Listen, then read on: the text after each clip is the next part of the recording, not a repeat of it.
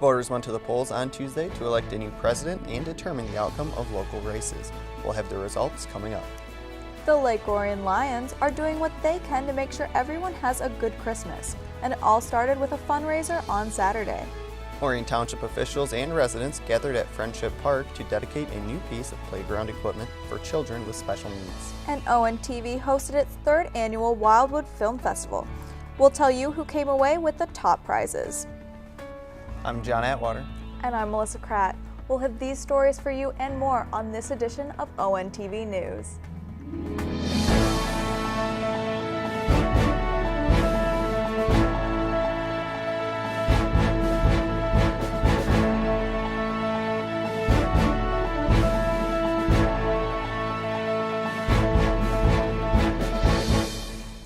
On Tuesday, November 8th, voters were asked to choose a new president of the United States, as well as determine the outcome of several local races. Let's take a look at the unofficial results as provided by the Oakland County Clerk's Office.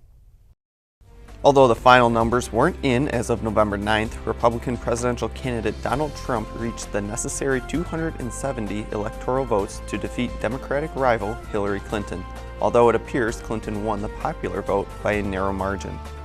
In Orion Township, Trump received over 56% of the vote, while Clinton only received 36%.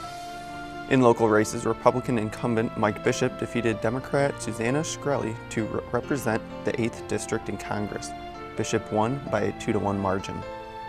In the race to represent the 46th District in state legislature, Republican John Riley defeated Democrat David Lillis with 66% of the vote to 33%.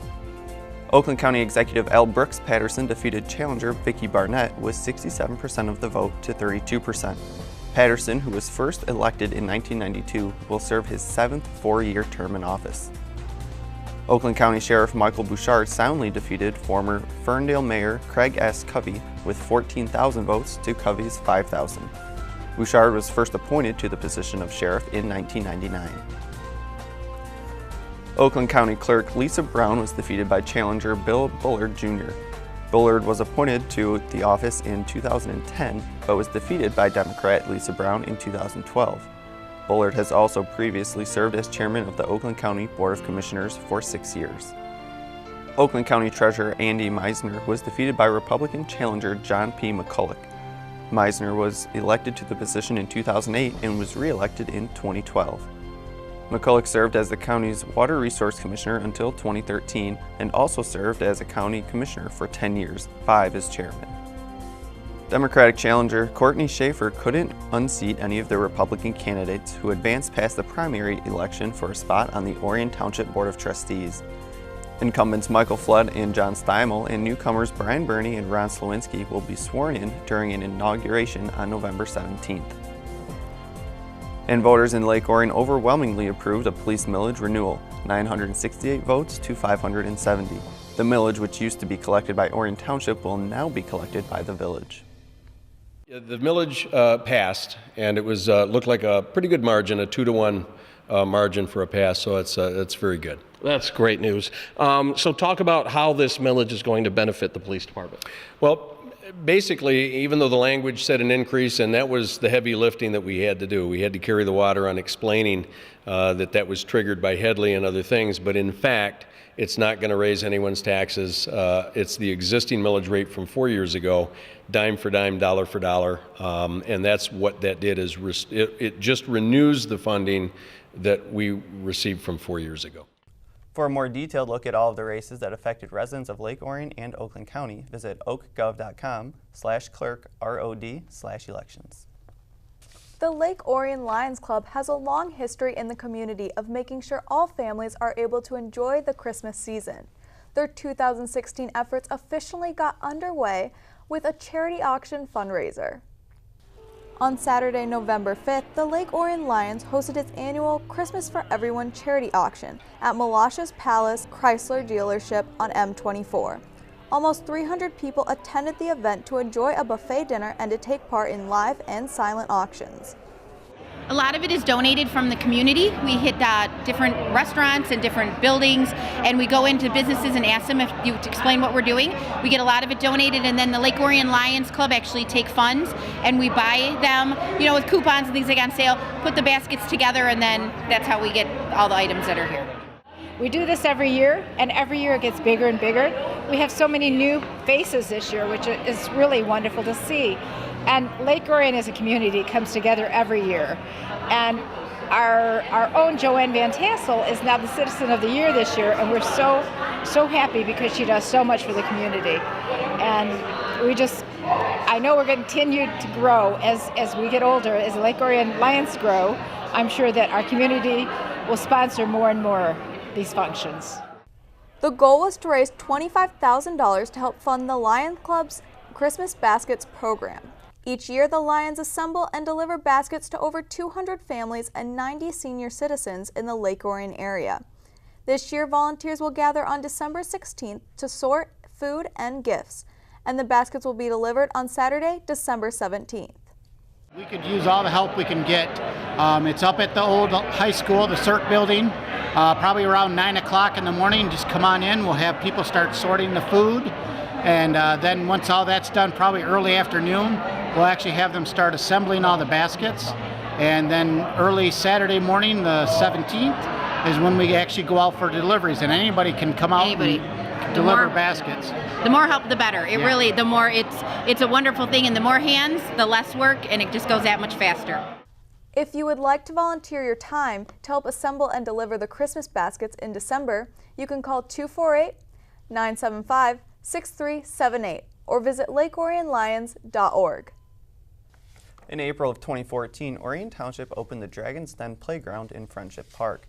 There was one problem. The playground wasn't very accessible to children with special needs. 1 year later, the Let Them Play playground opened to allow all children to play together, and recently, another new piece of equipment was added.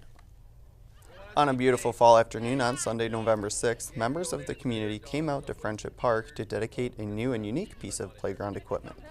All right, 3, 2, 1.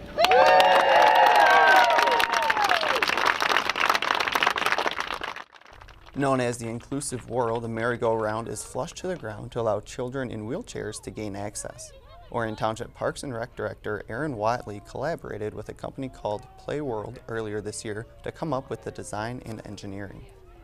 So Aaron Watley had came to me, the Parks and Rec Director for Orion Township came to me at the M-Parks show in last February and approached us with the idea of going down that road of creating an inclusive whirl. We got buy-in from Play World, the corporate folks there in their design team, and got to work on developing a concept for this. I'm pretty sure it's the first one in the state, and I'm fairly certain it's the first one in the U.S. I know they have them in Europe, Australia as well. The price tag on those were quite high. In September of this year, the Daisy Project hosted Ellopalooza at the Wildwood Amphitheater, hoping to raise the $50,000 needed to complete the project. When they fell short, the Orion Township Board of Trustees stepped up to match the $25,000 that had been raised.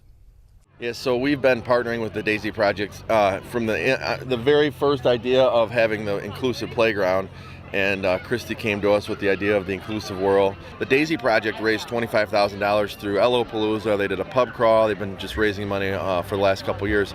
And so I asked the Township Board if they'd be willing to match their $25,000 because they were hoping to.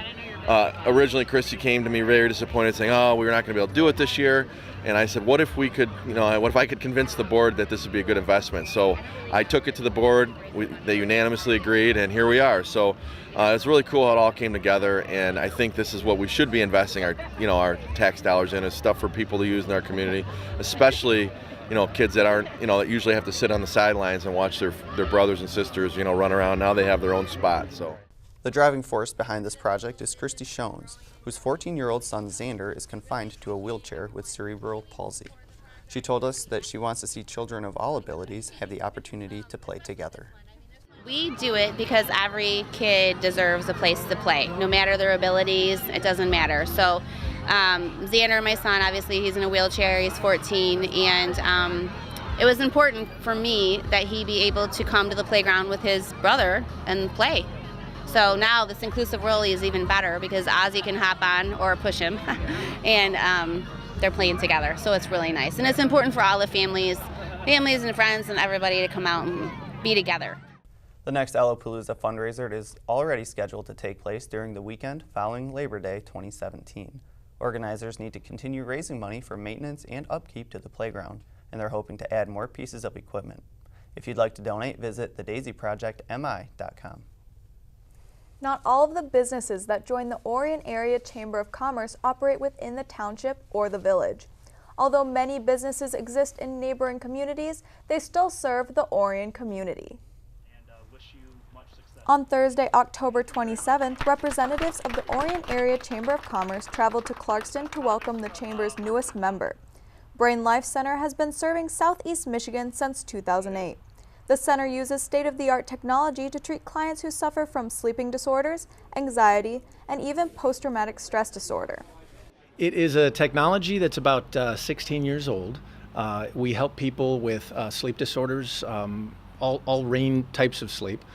We help people with anxiety. We help people with a whole host of things that tend to be cerebral because the technology creates an auditory mirror for the brain. And what's nice about that is it's pretty intense because it's very computer reliant, but basically we can hold a mirror to the brain, and depending on where we're holding it, the brain will respond by actually resolving what we call a relational imbalance. Brain Life Center has 2 locations, one in Plymouth and this location in Clarkston. And although they're not a new business, they only recently joined the Orion Area Chamber. The occasion was celebrated with a ribbon-cutting ceremony.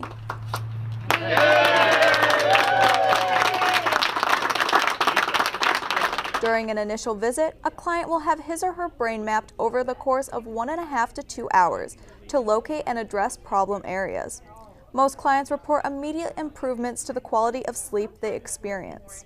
You actually come in, we put EEG sensors in specific locations, and you just have to sit and listen to these bizarre sounds, which are in fact your brain. So it's a live feed of the brain's activity, but what's fascinating is the brain figures this out, and then once it figures it out, it starts adjusting. The adjustments are very measurable, so we're getting like 1,000 graphs for your average client, but we'll see a spike come down in the frontal, and then people are saying, oh my gosh, I'm focusing like I haven't before. Unfortunately, insurance companies don't cover this particular form of treatment, but the owner is hoping that will change in the future. For more information, visit brainlifecenter.com. 1 week later, Chamber representatives teamed up with the Lake Orion DDA to welcome another new business, this time right in the heart of the village. On Thursday, November 3rd, representatives of the Chamber of Commerce gathered at 32 North Broadway in downtown Lake Orion to officially celebrate the grand opening of a new State Farm office.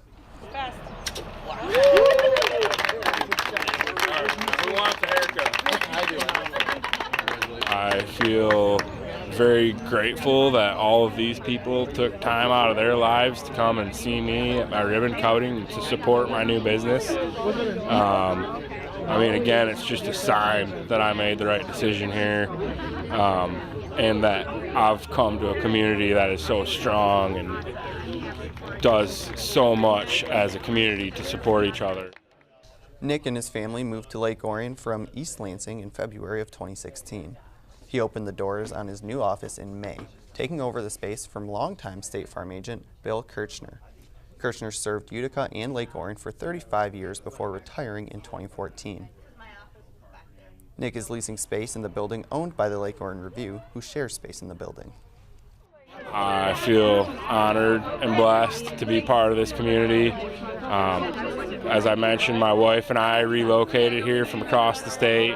We had a family home that we'd been in for many years. We sold it off. We were obviously feeling a little bit nervous about that. But honestly, since I've been here, we've done more things as a family in the community than we did the entire 10 years that we lived in East Lansing, and it's I just feel very privileged to be here. It's like a different world in Lake Orion. For more information, you can call 248-693-2464 or visit mylakeorionagent.com. Throughout the year, ONTV hosts numerous classes and events that are designed to bring the community and media together. Recently, ONTV hosted one of its most popular events, and Joe Johnson brings us a story. On Wednesday, October 26th, ONTV hosted its third annual Wildwood Film Festival at Goodrich Oxford 7th Theater. Filmmakers of all ages, as well as family and friends, filled the theater to watch 11 short films.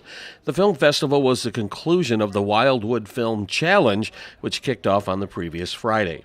Filmmakers were required to use a specific prop, location, and a random line of dialogue, and had approximately 4 days to complete a film that was 10 minutes or less.